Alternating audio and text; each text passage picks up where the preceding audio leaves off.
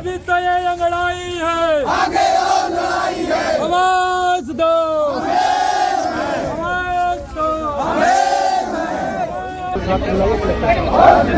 होश में आओ। अपर कलेक्टर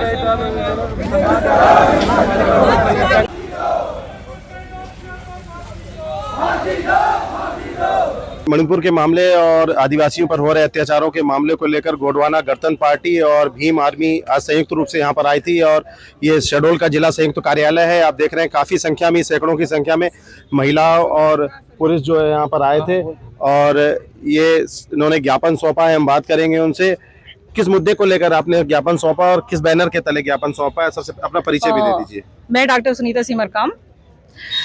तो हमने जो आज ज्ञापन सौंपा है उसमें मणिपुर में जो आदिवासियों के साथ अत्याचार हो रहा है, अभी जैसे हाल ही में भीड़ ने 2 महिलाओं को निर्वस्त्र करके घुमाया और आए दिन आदिवासियों के साथ जो अत्याचार हो, जैसे अगर शहडोल की बात किया जाए, जो भूमाफिया हैं वो हो गए और उनका विस्थापन रोका जाए, जो आदिवासी समाज है उनके साथ आए दिन जातिगत भेदभाव किया जाता है, उनके साथ अत्याचार होते हैं। अभी हाल ही में सरईकरपा में एक बैगा आदिवासी का पैर तोड़ दिया गया। कभी महिलाओं पे अत्याचार तो आए दिन बढ़ ही रहे हैं। कहीं भी देखिए आखिर महिलाएं ही क्यों अत्याचार की शिकार होती हैं। जहां भी आप देखेंगे रेप केस हो गए या अपहरण हो गए या हत्या हो गई तो वो महिलाओं के साथ ही ज्यादातर होता है। इसलिए यह जो ये ज्ञापन हुआ था इसमें महिलाओं ने बढ़ चढ़ कर हिस्सा लिया और ये ज्ञापन इसलिए दिया गया है कि उसमें कार्रवाई की जाए। अगर यह कार्रवाई नहीं की जाती इसके तो फिर इसका उग्र रूप और होगा। धरना के लिए भी हम यहाँ पे एकत्रित होंगे। गोंडवाना के साथ भीम आर्मी भी साथ में आई थी और भी पदाधिकारी हैं आपके साथ जो आए हैं।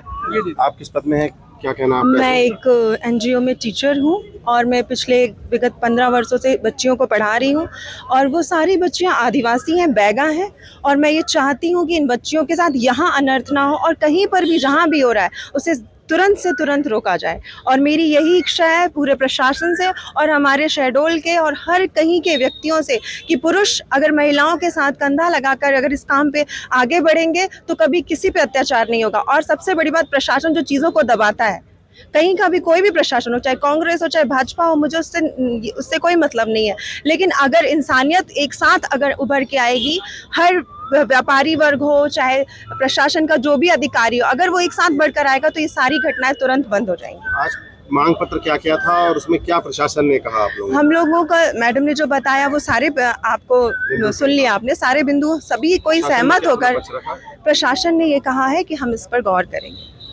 और हमारे बुलाने पर भी कलेक्टर मैडम नहीं पहुंची। इसका हमें खेद है कि अपर कलेक्टर मैम ने लिया। हम चाह रहे थे कि कलेक्टर मैडम एक बार तो आए। हमेशा जब भी ज्ञापन कहीं से भी दिया जाता है तो अपर कलेक्टर मैम या अन्य अधिकारी को भेज दिया जाता है। तो कि क्या कहा जो आपने ज्ञापन दिया उसमें कब तक वो कुछ करेंगे या नहीं करेंगे? ऐसे एग्जैक्ट टाइम लिमिट तो प्रशासन कभी भी नहीं दे पाती है। तो गोंडवाना गणतंत्र पार्टी के सैकड़ों महिला और पुरुष जो है यहाँ पर आए हुए हैं, पदाधिकारी भी हैं, महिलाएं भी हैं और एनजीओ के लोग भी हैं, भीम आर्मी के लोग भी साथ में आए थे और इन सबका कहना है कि जो आदिवासियों का शोषण हो रहा है उस पर रोकथाम होनी चाहिए। इन्होंने मांग पत्र जो है कलेक्टर के न रहने पर अपर कलेक्टर मैडम को दिया है और उन्होंने ये आपत्ति भी जताई है कि कलेक्टर मैडम नहीं आई उनसे ज्ञापन लेने। हालांकि प्रशासन का ये कहना है कि कलेक्टर मैडम आज शहडोल में नहीं है, वे शायद बाहर गई हुई हैं, ये तो अलग मामला है। फिलहाल इनका ज्ञापन जो है प्रशासन को दे दिया गया है। और मेरा नाम शिव कुमार बैगा है, मैं ग्राम पंचायत चांपा से हूँ, एक समाज सेवक हूँ। मामा जी का कहना है कि सबसे ज्यादा आरक्षण बैगाओं को दिया जा रहा है और बैगाओं को वही जो आरक्षण मामा जी ने लागू किया है ऊपर से, क्या ये कागजी पर रह जाएगा कि जमीनी स्तर पे चलेगा? जमीनी स्तर में हर जगह हमारे बैगाओं के साथ ज्यादा शोषण हो रहा है।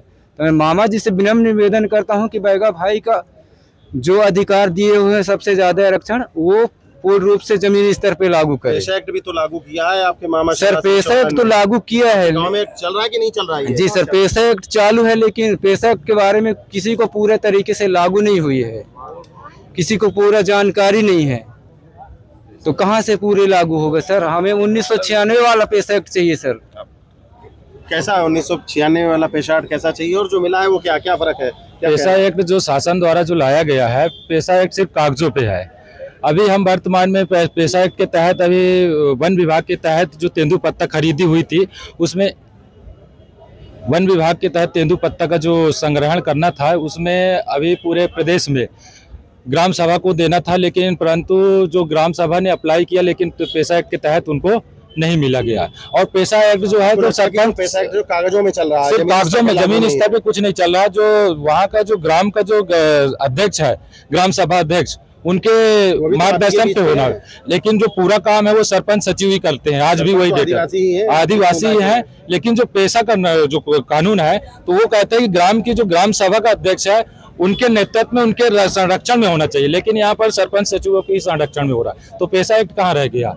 जो नियम कानून जो पैसा एक्ट के तहत पूरी पावर जो है ग्राम सभा को दी गई है, तो ग्राम सभा में तो सरपंच पहले से ही है, तो इसका कोई पालन नहीं किया जा रहा है। मैं स्टूडेंट यूनियन का राष्ट्रीय संचालक हूँ। इस पे संयुक्त आदिवासी समाज के तत्वाधान में इसमें मूल निवासी पूरे इसमें जितने भी संगठन है 20-25 संगठन मिलकर, इसमें पार्टियों का भी सहयोग मिला है। कांग्रेस पार्टी, गोंडवाना पार्टी और भी हमारे जो पार्टियां के जो राजनीतिक पार्टियां हैं और जितने समाज पार्टी और वर्तमान सरकार से जुड़े हुए लोग हैं, उनको छोड़कर बाकी सब एक बैनर पे सभी आए हुए हैं। हम उम्मीद करते हैं आप लोग आए जी, अपने नहीं सब अपने, क्योंकि महिलाओं की पीड़ा है। एक आदिवासी समाज में जिस तरीके से मणिपुर में महिलाओं के साथ अत्याचार हो रहा है, हम नहीं चाहते कि वो दोबारा मणिपुर दूसरे प्रदेश में हो। अगला कदम यही रहेगा कि सरकार जो दोषियों को कड़ी से कड़ी कार्रवाई करे उन पर, और जो वहाँ की कानून व्यवस्था है उसको बहाल करे, वहाँ के आदिवासियों को संरक्षित, उनका जो हक अधिकार जो है वो छीना जा रहा है उसको यथावत रखे। ये हमारी जी बताइए। आज जो एक हमारी मातृशक्ति माताओं के साथ जिस तरह मणिपुर में निस्वार्थ करके और पैदल घुमाया गया, वहाँ किसी अन्य पार्टी के मुख्यमंत्री तो है नहीं, केंद्र शासित राज्य भाजपा के ही सरकार दोनों जगह है, उनको इस चीज को सोचनी चाहिए। दूसरी चीज, आज मैं एक चीज और कहना चाहूंगा आपकी मीडिया के माध्यम से कि जब ब्रजभूषण सिंह जी ने एक महिला हमारा पहलवान के साथ जब इतना बड़ा दुर्चार हुआ, उसमें उन्होंने पहले बर्खास्त नहीं किए, ना उनकी गिरफ्तारी हुई, उन्होंने जांच में लेकर रखा। ये बताइए, जब हमारी माँ की इज्जत लुट जाएगी तब हम बाप से परमिशन मांगने जाएंगे?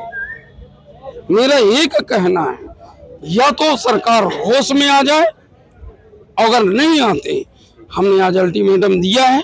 हम गोंडवाना गणतंत्र पार्टी का अशोक उपाध्याय संभागीय महासचिव हूँ, मेरे आज दीदी लोग सभी हैं। अगर इसमें नहीं सुना गया तो इसके आगे उग्र आंदोलन ही एक विकल्प हमारे लिए रह जाता है। दूसरी चीज, आज जो भूमि के लिए कहा गया है, कोई गलत नहीं कहा गया। ये खड़े हुए हैं, ये कंचनपुर के रहने वाले हैं यादव जी, इनकी भूमि डॉक्टर पवन मुंदड़ा के द्वारा 8 डिसमिल खरीदा गया है, आधा एकड़ में कब्जा किए, जिसका दस्तावेज माननीय एसपी जी को, थाना प्रभारी को, तहसीलदार मैडम जी को, सबको ये दे के रखे। ये गलत नहीं है, ये अत्याचार बंद करें, यही मेरा कहना आपके मीडिया के माध्यम। जी क्या कब शिकायत दी आपने, किसके खिलाफ मामला?